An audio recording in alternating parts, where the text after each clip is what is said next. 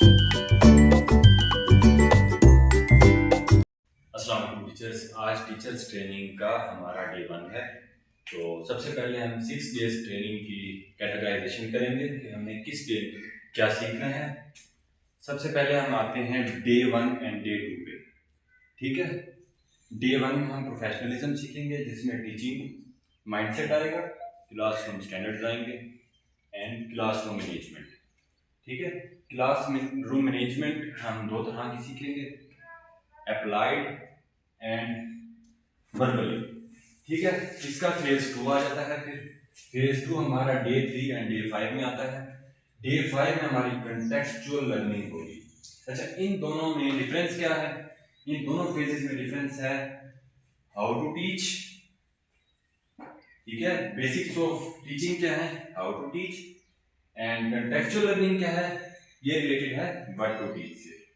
इसमें हम क्या सीखेंगे, रिसर्च विद एआई, जो कि हमारा मोस्ट इंपोर्टेंट टॉपिक है फेज 2 का। इसका हमारा नेक्स्ट टॉपिक होगा lesson planning, then assessment work, homework and teaching method. इस ट्रेनिंग के हमारे 3 फेजेस हैं। थर्ड फेज है हमारा डे 6 में डेमो टीचिंग एंड रिफ्लेक्शन। इसमें हम सब टीचर्स अपना डेमो देंगे जिससे हमारा कंक्लूजन होगा कि हमने क्या सीखा है। अब आते हैं हम अपने डे 1 पे। Teachers mindset. टीचर्स माइंडसेट क्या है? जब आप क्लास में एंटर्स होते हैं सब टीचर्स, तो उस टाइम आपका माइंडसेट क्या होना चाहिए? आपने क्या चीज़ें रिकॉल करके जाना है क्लास में। जैसे कि आप सब जानते हैं कि हम जब नमाज पढ़ना शुरू करते हैं, एज एन एग्जांपल मैं ये बात कर रहा हूँ, तो हमारा हम सबको पता होता है कि हम नमाज पढ़ने जा रहे हैं, कौन सी नमाज पढ़ने जा रहे हैं, लेकिन फिर भी हम नियत करते हैं। ठीक है, उस नियत के पीछे कंटेक्स्ट क्या होता है, इससे हमारी पर्सनैलिटी ग्रूम होती है। ठीक है, ऐसे ही हमारी एक नियत है टीचिंग माइंडसेट की क्लास में एंटर होने से पहले। वो नियत क्या है? We will deal with students with patience. हम उनकी किसी भी बात का बुरा नहीं मनाएंगे, गुस्सा नहीं करेंगे, उनको सब्र के साथ डील करेंगे। Secondly, care. हमने स्कूल के अपनी क्लास के स्टूडेंट्स को अपने बच्चों की तरह ट्रीट करना है। ठीक है, सब टीचर्स होपफुली ऐसा ही करते हैं, but we will recall before entering in the class. Third चीज हमारे पास आ जाती है observation and planning. Observation and planning क्या है? हम हर स्टूडेंट को इंडिविजुअली ऑब्जर्व करेंगे, उसमें किस चीज की कमी है, अगर पढ़ाई के रिलेटेड या और कोई उसको प्रॉब्लम है, उसे कैसे डील करना है, प्लान करके उसे इंडिविजुअली कैसे सोल्व करना है। थर्ड चीज हमारी आ जाती है क्लासरूम मैनेजमेंट, डे 2 का लास्ट टॉपिक। इसके ऊपर हमने इसके क्लासरूम में क्या प्रॉब्लम्स आते हैं वो सब कंक्लूड किए हैं, उन सब के सॉल्यूशंस दिए हैं, जो कि आप सबको इंशाल्लाह गूगल शीट में लिंक शेयर करके सब टीचर्स को प्रोवाइड कर दिए जाएंगे। ठीक है, आप उनसे कंक्लूजन निकाल सकते हैं। उनको मैं ओवरव्यू करना चाहूँगा। प्रॉब्लम्स क्लासरूम रिलेटेड क्या होते हैं, फॉर एग्जांपल स्टूडेंट्स का, अगर कोई स्टूडेंट फाइट करता है उसको हमने किस तरह डील करना है। हमारा सबसे बड़ा आजकल न्यू मॉडर्न एजुकेशन सिस्टम की एक रिक्वायरमेंट है मार नहीं प्यार। हर प्रॉब्लम्स को प्यार से कैसे डील करना है, बगैर मारे कैसे डील करना है, तो उसका हमने एक शॉर्ट एंड कंक्लूडेड वे निकाला है with the help of research, जिससे हमें हर चीज का सॉल्यूशन पता लगता है बगैर उनके ऊपर कोई नेगेटिव इम्पैक्ट पड़े मेंटली एंड बगैर मारे। किस तरह हमने उनके साथ डील करना है, फॉर एग्जांपल अगर कोई क्लास वर्क नहीं करता, किस तरह हमने उनके साथ डील करना है अगर कोई बच्चा चोरी करता है, किस तरह हमने उनके साथ डील करना है अगर वो टीचर्स के साथ मिसबिहेव करता है, टीम्स के साथ, फेलोज के साथ मिसबिहेव करता है।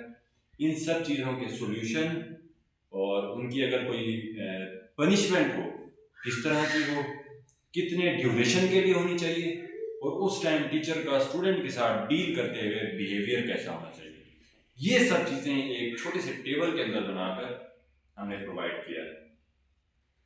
अच्छा, उन सॉल्यूशंस को हमने किस बेस पर लिखा है, नोट डाउन किया है, वो मैं आपको बताना चाहूँगा। Consequences based system. We created a system which we called consequences based system. Consequences based system का मतलब क्या है?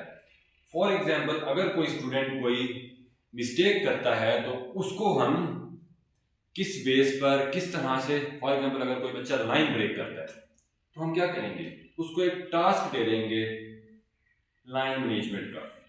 ठीक है, कोई बच्चा गार्बेज ऐसे नीचे डालता है, डस्टबिन में नहीं डालता, उसकी पनिशमेंट क्या होगी? पनिशमेंट नहीं होती, प्यार से समझाया जाता है। ठीक है, और उसके साथ रिफ्लेक्शन एक्टिविटी करवाई जाती है। रिफ्लेक्शन एक्टिविटी क्या है ये डिस्क्राइब कर दूं। फॉर एग्जाम्पल, स्टूडेंट से कहा जाता है बेटा क्या ये अच्छी एक्टिविटी है? नहीं है। ठीक है, आइंदा आप करेंगे? नहीं करेंगे। ठीक है, अगर कोई बच्चा किसी के साथ मिसबिहेव करता है तो उसको हमने मुंह से बुलवाना है, बच्चे आइंदा ऐसा नहीं करना। ठीक है, और उससे पूछना है कि अगर कोई आपके साथ मिसबिहेव करे तो आपको कैसा लगेगा? ठीक है, ये रिफ्लेक्शन एक्टिविटी है। Back to the topic, consequences based system क्या होता है? ठीक है, हम हर प्रॉब्लम का सॉल्यूशन उस प्रॉब्लम में से फाइंड करते हैं, इसे क्या कहते हैं? Consequences based system. For example, अगर कोई बच्चा ब्रेक रूल्स ब्रेक करता है, उसकी हम 5 मिनट्स की ब्रेक शॉर्ट कर देंगे। अगर कोई बच्चा फाइट करता है, उसके साथ कैसे डील करना है, उसे कैसे समझाना है, मारना नहीं। ठीक है, समझाना है, रिफ्लेक्शन एक्टिविटी लेनी है और उसको रियलाइज करवाना है कि कोई आपके साथ ऐसे गलत करे तो क्या होगा। विदाउट एनी एंगर हम ये सब चीज़ें डील करेंगे।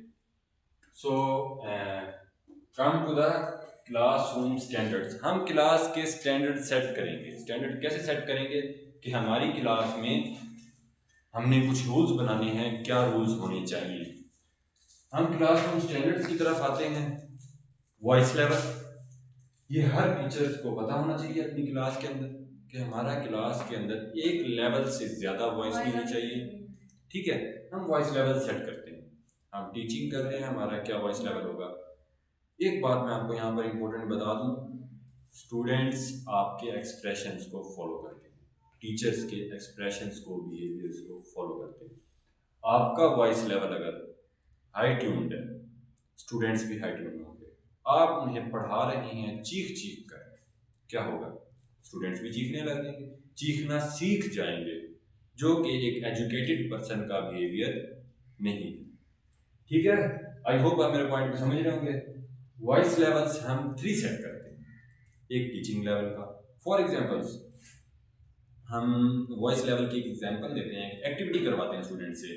स्टूडेंट्स, आप मेरी वॉइस को फॉलो करेंगे, जिस ट्यून में, जिस वॉइस लेवल में मैं बात करूंगी या करूंगा, उस लेवल में आपने उस मेरी बात को रिपीट करना है। एक एक्टिविटी छोटी सी हम क्लास में करवाते हैं। स्टूडेंट्स काउंट डाउन करें डिसेंडिंग ऑर्डर में। ठीक है, मेरे बराबर कहें, रिपीट करें 3। स्टूडेंट्स आगे से कहेंगे 3 2 बिल्कुल साइलेंट।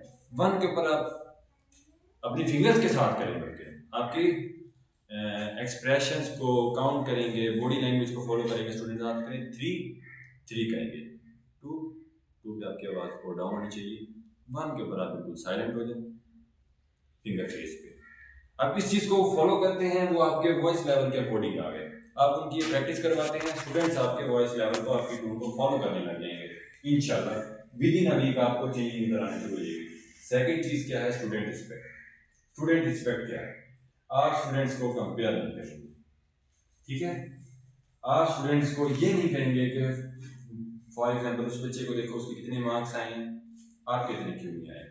कंपैरिजन नहीं करना, ये इंसल्ट है। स्टूडेंट्स को इंसल्ट नहीं करना। ठीक है, हर एक बच्चे का कैलिबर अलग है, तो उसको उसके हिसाब से ट्रीट करना है। थर्ड पे हम आ जाते हैं बिहेवियर। टीचर्स का स्टूडेंट्स के साथ बिहेवियर कैसा होना चाहिए? काम होना चाहिए, पुरस्कून होना चाहिए।